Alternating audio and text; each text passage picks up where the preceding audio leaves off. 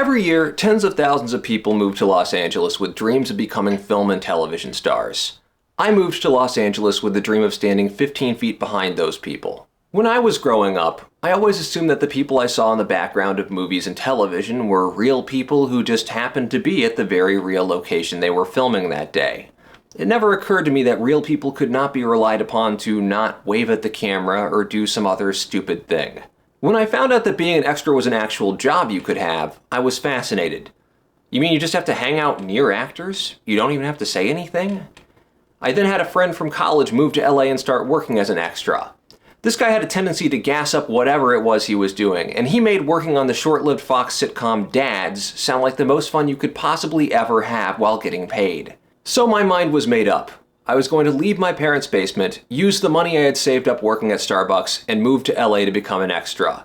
A long, glorious career of being a blurry figure walking around in the background awaited me. In fact, that long, glorious career lasted a little over 2 years before I realized that being an extra is a career in the same way that Dads was a comedy. Yes, technically, but it falls apart the closer you look at it. After a couple years, I was completely out of money, and the dream was dead. Also, I didn't really want to do it anymore. This video will discuss the good and bad of the least important job in Hollywood, and also you'll get to see me dressed up like a big tough military man.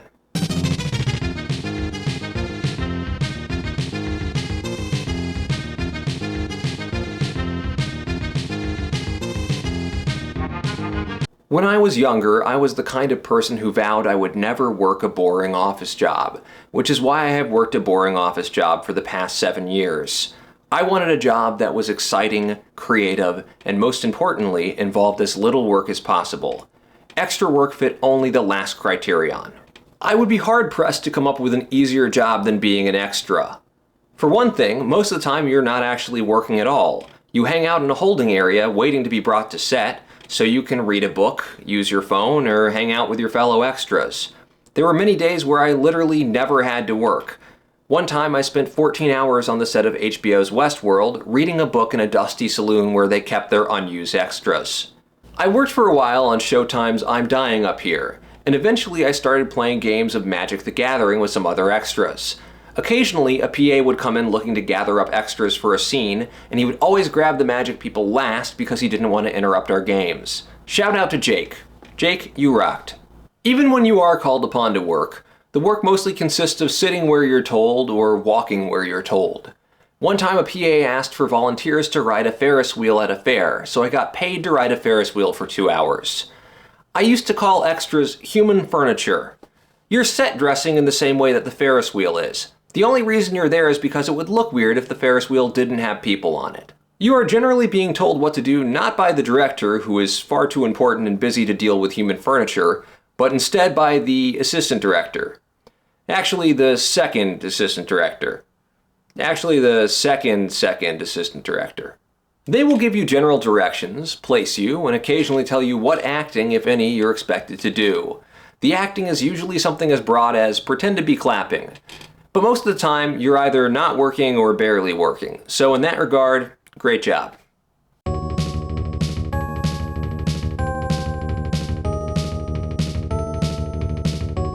Because being an extra is a job where being a living, breathing person is only sometimes a requirement, literally anybody could do the job. This means there are people doing the job who could not do any other job. Some of the people doing it could not actually really even do the job of being an extra. Since you're stuck in holding all day with folks, you end up striking up conversations with them. I have met some delightful people through extra work that I still consider friends to this day. I have also met some of the worst people on earth. All of them were equally capable of doing the job because, again, human furniture. A lot of the people you meet are folks who think that being an extra is an inconvenient pit stop on their journey to stardom. You are told repeatedly when you sign up with Central Casting, the largest service for booking extras, that Brad Pitt started as an extra, so you can forgive people for thinking this is the first step in their journey to being a household name. What made some extras so unpleasant to be around is that they felt assured of their future stardom, and so they looked down upon the notion of doing extra work and everybody doing it.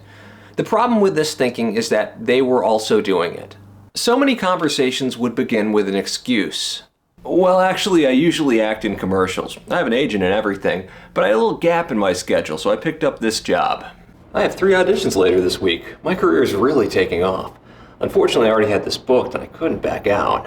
Buddy, I'm not going to judge you for doing this. I'm also doing this. You don't need to convince me that you're the king of the extras. For one thing, we know who the king of the extras is. It's this guy. People would repeatedly say they can't treat us this way about the most minor inconveniences. People would act like they were irreplaceable elements of the production when in fact they were the most replaceable elements of the production. I would also hear people say the most insane shit I have ever heard. On election night of 2016, I was being paid $100 cash to watch the nu metal band Trapt play the same 2 songs over and over. When we found out that Donald Trump had won the election, some people were upset. One guy turned to a crying woman and confidently proclaimed that it didn't matter who won because both candidates were lizards anyway. Between that and the Trapt concert, it was a horrible night. There was a guy I worked with a couple of times who was determined to get a speaking part in something. This can very occasionally happen on a set. They'll add a line in, said by somebody they haven't cast yet, and so they'll just pick an extra to say it. The thing is, when this happens, they approach you. This guy was determined to get his line in simply by talking during a scene, which you're not supposed to do. We were working on some pilot, and the extras were placed outside the windows of a room where the main characters were talking. We were given instruction to pantomime clapping and cheering as they were recording dialogue inside the room. On the first take, our guy starts actually clapping and yelling, "Woo! Yeah!" They cut, and the second assistant director comes over and says, "Remember, we're just pantomiming. They're recording dialogue in there." We do another take, and this guy tries the same thing, maybe trying some new lines like, "This is awesome! Yeah!" They cut again, and the second assistant director comes over more agitated and says, "Be completely silent. They're recording dialogue in there. Do not make noise." Our guy cheers again on the next take before they take him aside and talk to him personally. It speaks to how low the bar is for extras that this man was not kicked off set and would instead work the full day. I would go on to see this man at stand-up comedy open mics in Los Angeles for the next 5 years. So yeah, you'll meet some cool people and some delusional people. The worst part is you'll start to think, am I delusional too?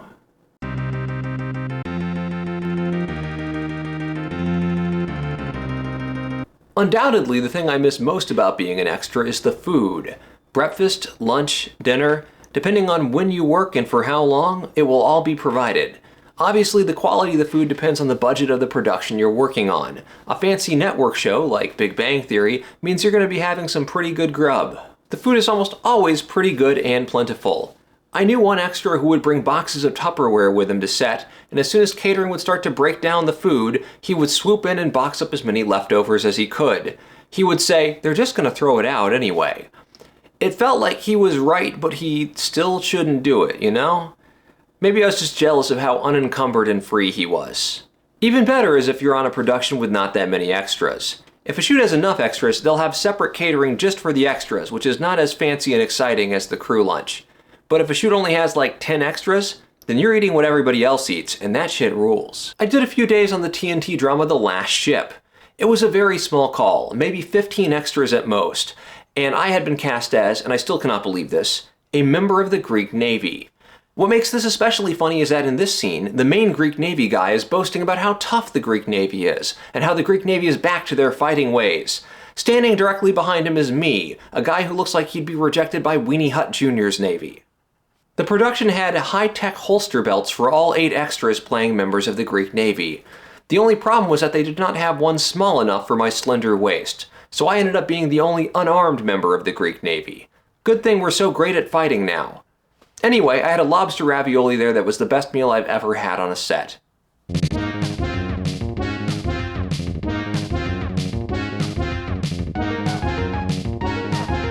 To be clear, I'm not blaming any crew members for treating extras like a minor annoyance.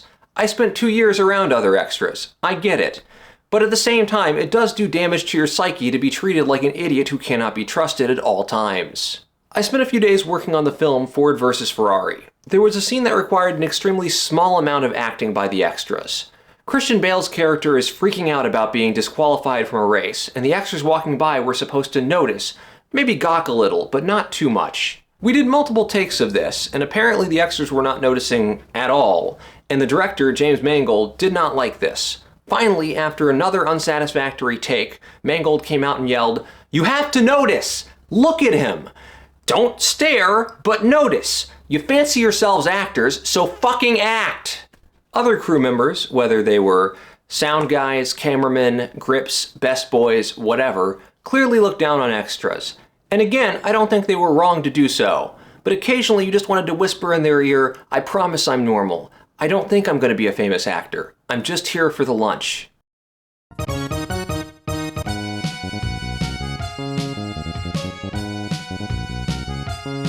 I have always loved both watching and playing basketball, but unfortunately I'm much better at watching it. A distinct lack of athleticism has prevented me from playing organized ball at any level, and after I graduated high school, I assumed I'd never get to play for a high school team.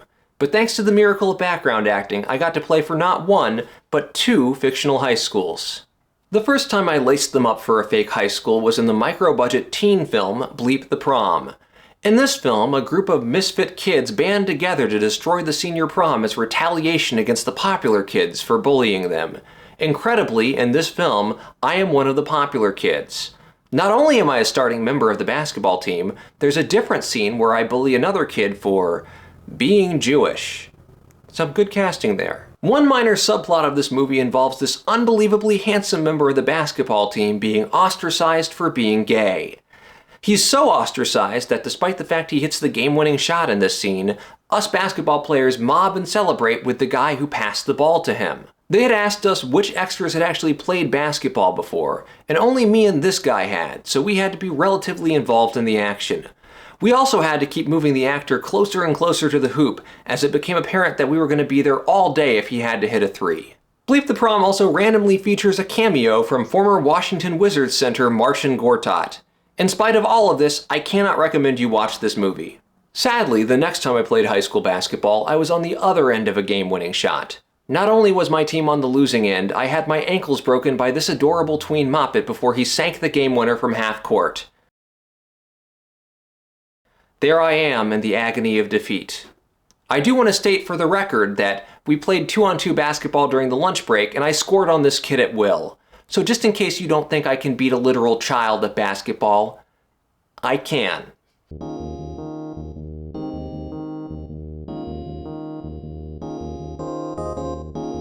When you're booked as an extra, you're typically told what category of extra you're going to be in.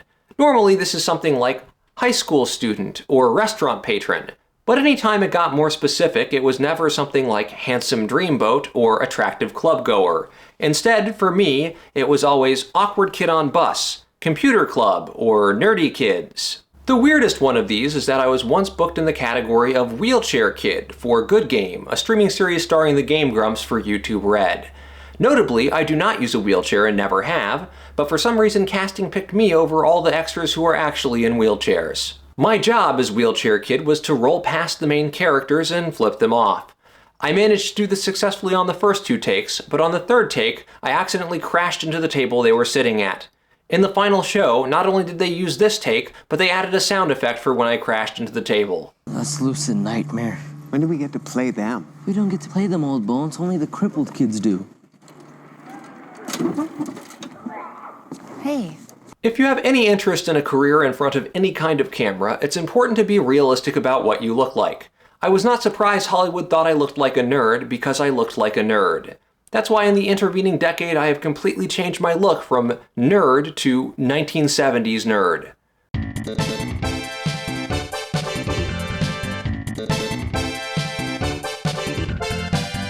Most of the time, I would get booked on a show or film that I had no interest in. Nothing really reinforced how much stuff was getting made during the streaming boom than constantly getting booked on projects I had never heard of, on streaming services I had never heard of. But every once in a while, I would get booked on something I had not only heard of, but actually liked. Here I am wearing my dad's old suit on Modern Family. And here I am reacting to some shocking announcement on my favorite brain-off reality show, Hell's Kitchen. Maybe they were showing me a picture of my haircut. Sometimes I would be booked on something I did not like yet, but I would come to. You can't see me, but I was here for this scene in Barry. Here I am on The Good Place, with all my fellow high school students, including Kristen Bell. We are all definitely teenagers. It's fun to have these things as like an Easter egg to point to years later. That said, I appear way more in Bleep the Prom, and I can't even force my parents to watch that one.